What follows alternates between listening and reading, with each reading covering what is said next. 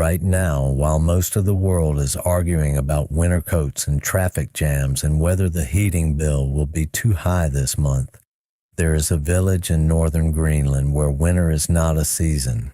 It is the structure of life, a place where the sun disappears for months, where the sea turns solid, where the air can punish bare skin in minutes, where food is not bought casually.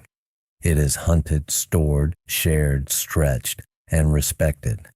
And in that place, roughly 40 people are still living, not visiting, not researching, not filming for a week and leaving, living, raising children, repairing engines, feeding dogs, watching the ice, waiting on weather, enduring darkness long enough to make most people lose their sense of time. This is Siorapaluk, Greenland's northernmost settlement, about 200 kilometers north of Qaanaaq and roughly 1,362 kilometers from the North Pole.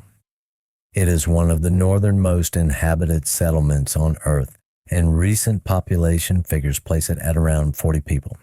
Visit Greenland, https://visitgreenland.com/destinations/Siorapaluk/ geonames, https://www.geonames.org/3831128.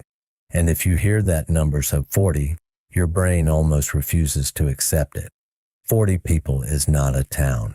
It is barely a hallway in an apartment block, barely one school classroom, barely enough for a wedding guest list, and yet 40 people are still holding a line against one of the harshest climates on Earth, which raises the question that matters more than the cold itself. How? How do 40 people survive a winter this long? How do they survive the darkness, the isolation, the logistics, the pressure, the silence, the repetition, the sheer physical seriousness of life that far north? And maybe the deeper question is this: why would anyone stay? Because when people hear about remote Arctic communities, they often imagine one of two things: either a fantasy, a beautiful white wilderness, northern lights above silent snow, dogs pulling sleds under stars, a pure and noble life untouched by the modern world, or they imagine misery, nothing but deprivation, nothing but danger, nothing but a frozen edge of the map waiting to be escaped. But the truth is always more difficult than fantasy and more interesting than pity. Places like this do not survive on romance, and they do not survive on toughness alone. They survive on systems, on memory, on discipline, on the fact that everybody in a settlement this small matters more than they would in almost any city on Earth. To understand that, you have to begin with the winter itself, not the postcard version, the real one. In the far north of Greenland, polar night stretches for months. In Qaanaaq, just south of Siorapaluk, the sun stays below the horizon from late October to mid-February. And even outside the strict polar night dates, winter dominates the calendar long before and long after the sun disappears. Explore North Greenland, https://north-greenland.com/204. Think about what that means. Not one dark evening, not a week of bad weather, months where daylight is reduced to a dim blue suggestion, months where morning and afternoon blur together, or months where your body has to keep believing in time even when the sky stops confirming it. That alone would be enough to break many people, because human beings are not built only out of muscle and bone. We are built out of rhythm. Light tells us when to wake. Light tells us when to stop. Light tells us spring is possible. Take enough of that away, and winter stops being weather. It becomes psychological terrain, and in a settlement of 40 people, there is nowhere to hide from it. No mall to walk through, no movie theater, no endless variety of restaurants and roads and distractions to dissolve the pressure. Just the same houses, the same shoreline, the same dogs, the same few people, the same sky, again and again. So how do they survive it? First, heat. Always heat. The first truth of Arctic life is that philosophy comes later. First comes warmth. If a house cannot hold warmth, nothing else matters. Family life, food storage, sleep, repair work, school, conversation, rest, all of it depends on an interior space where the body can unclench. That means fuel, maintenance, constant attention to the house as a living shell between human life and the cold outside. In much of the modern world, heating is passive. You press something. You pay for something. Warmth appears. In a place like Shiarapaluk, warmth is still deeply physical. It is planned, protected, never taken for granted. Second, food. This is where the modern imagination fails hardest, because most people assume survival in a place like this must mean living on scarcity alone. Oh, but Arctic survival has never been about random suffering.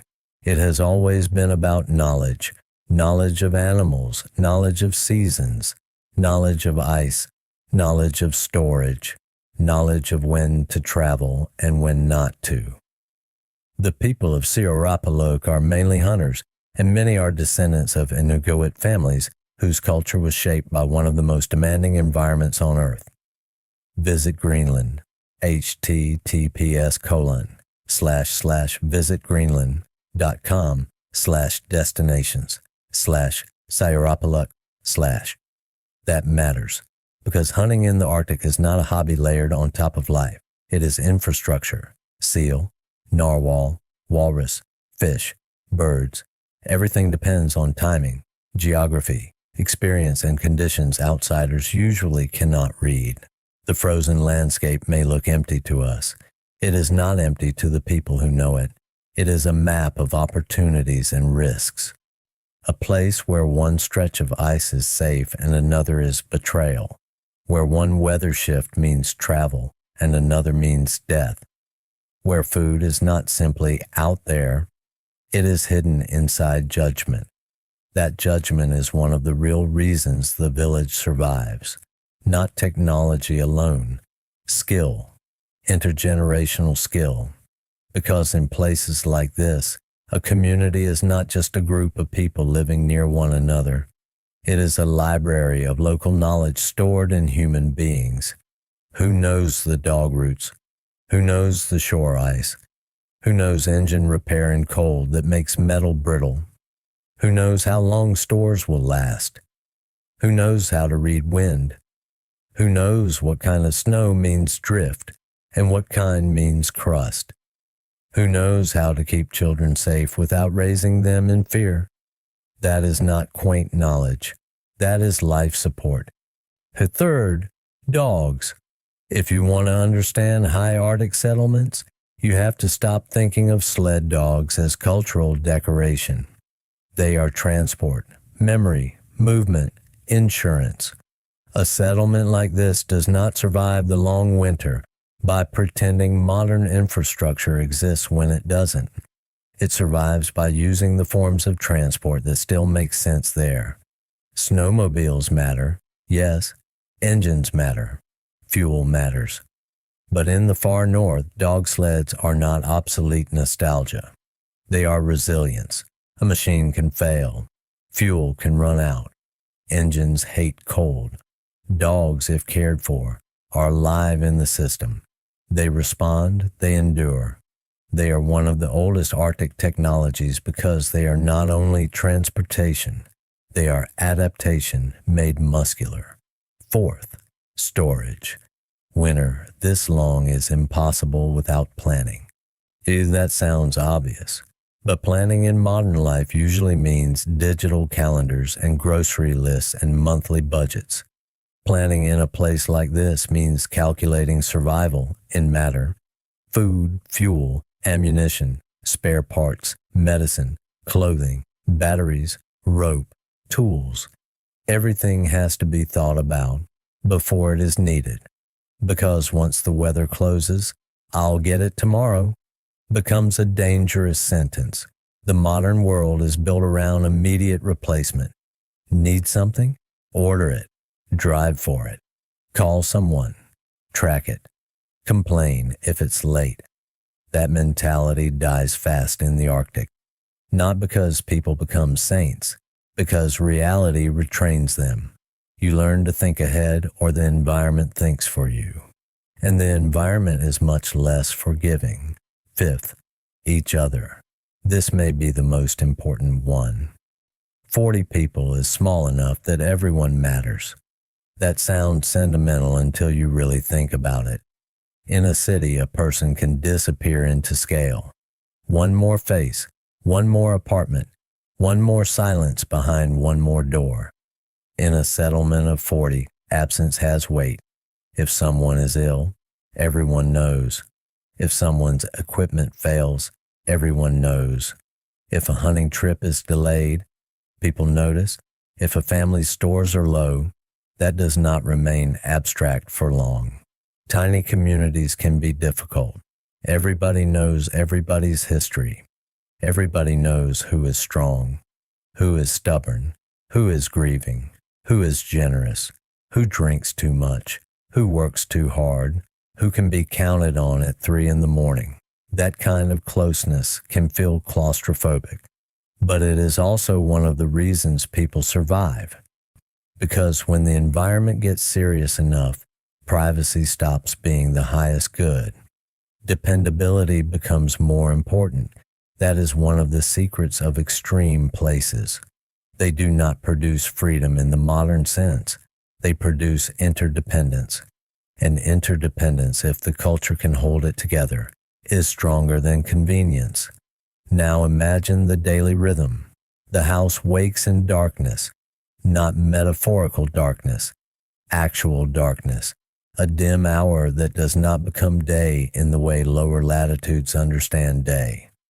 Someone gets up first.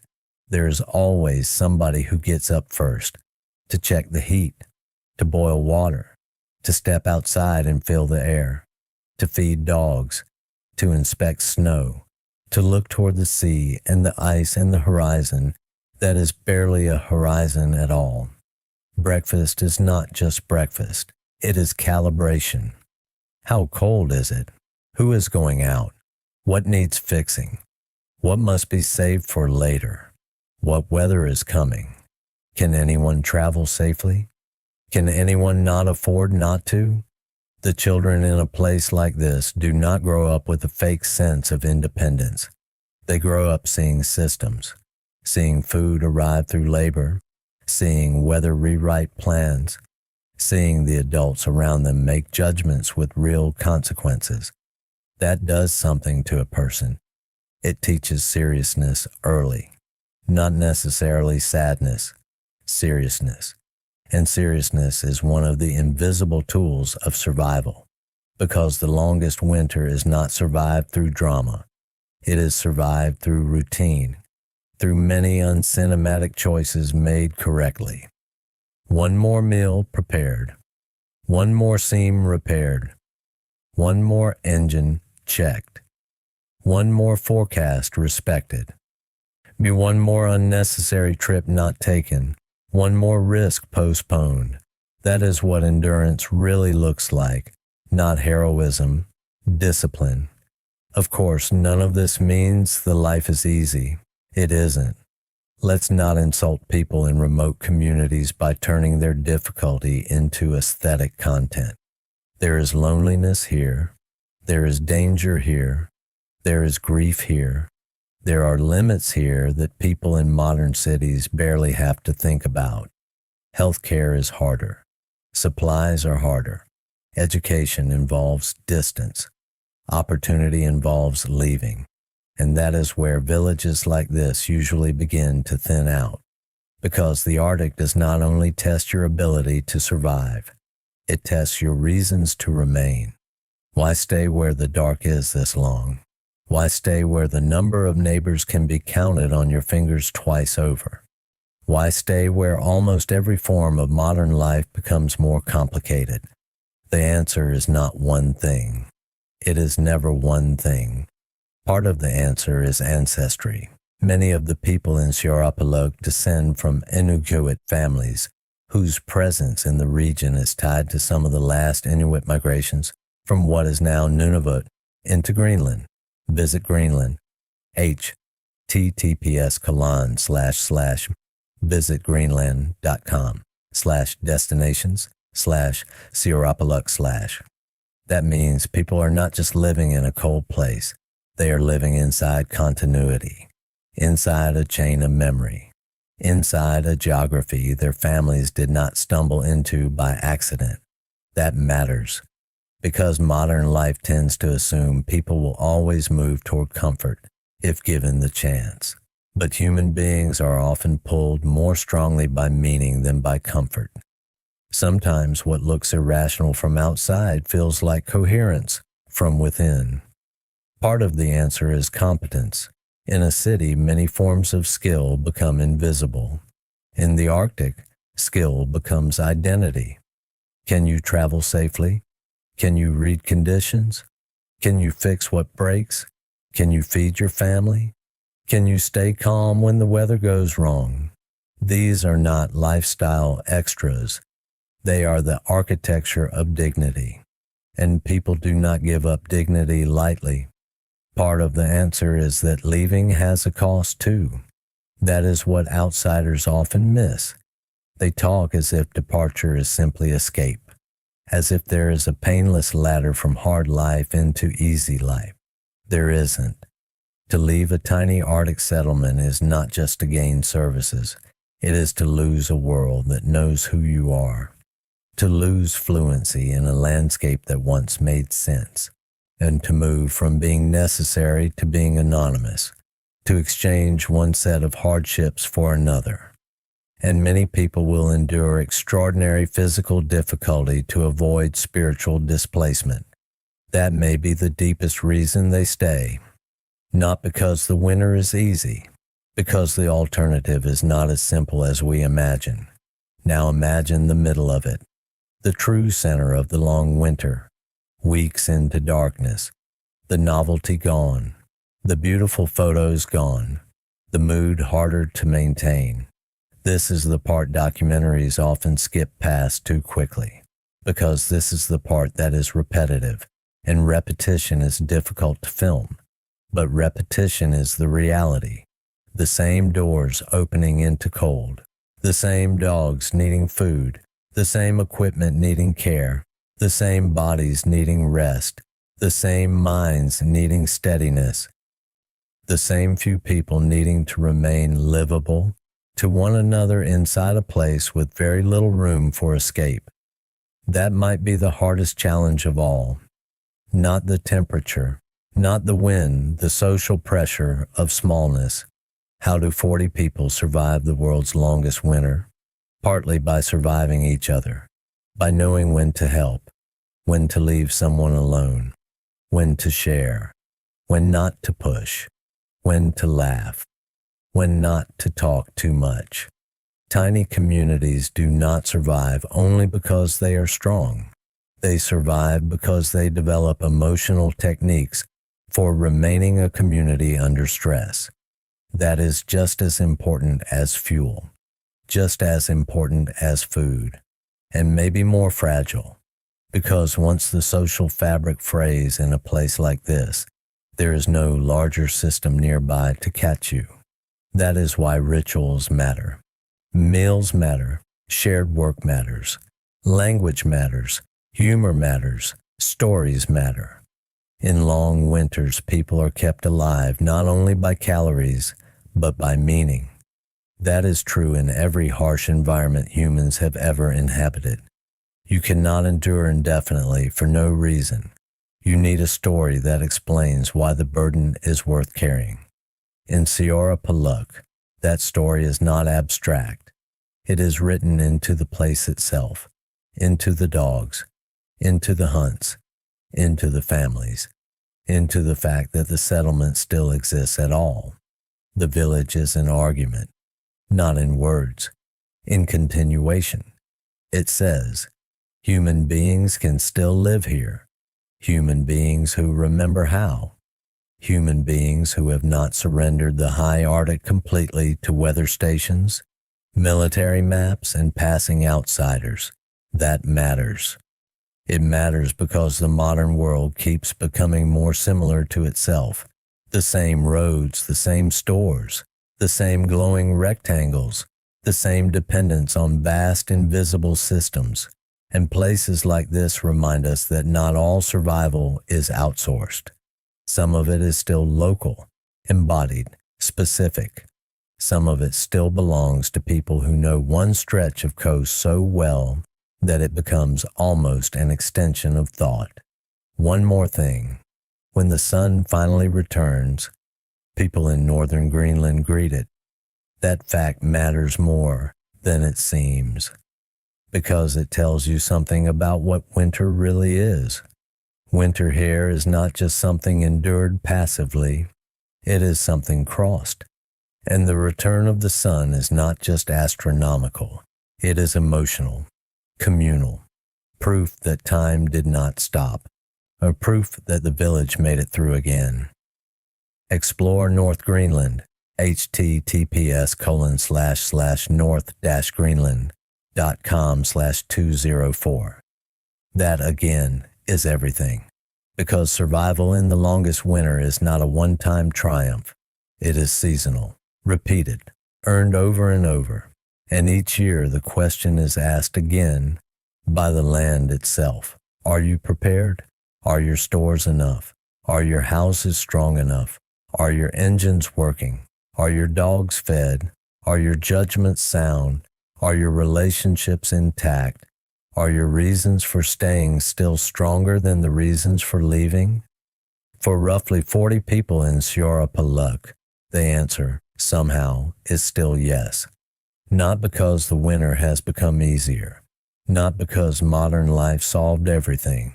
Not because isolation is beautiful, but because they built lives that still make sense there. Lives tied to one place, one culture, one climate, one set of skills, one shared seriousness about what it takes to endure. That is how 40 people survive the world's longest winter. They do not conquer it. They do not romanticize it. They organize around it. They respect it. They feed each other through it. They remember through it. They work through it. They wait through it. And when the sun finally comes back over the edge of the world, they are still there. Still small, still remote, still almost unbelievable. And maybe that is why stories like this stay with us. Because beneath the ice and the darkness and the logistics and the Arctic distance, they force us to confront a deeper question. What actually makes human life durable? Not comfortable. Durable. Is it infrastructure? Sometimes. Is it technology? Of course. Is it planning? Yes. But beyond all of that, it may be something older. A reason to remain. A culture that still means something. A set of skills the world has not yet made irrelevant. A community small enough that people still matter in full scale. 40 people, months of darkness, one of the harshest inhabited edges of the planet. And still, every year the village answers winter the same way. Not with speeches, not with drama, with dogs fed, stoves lit, food shared, children raised, ice watched, and one more season survived.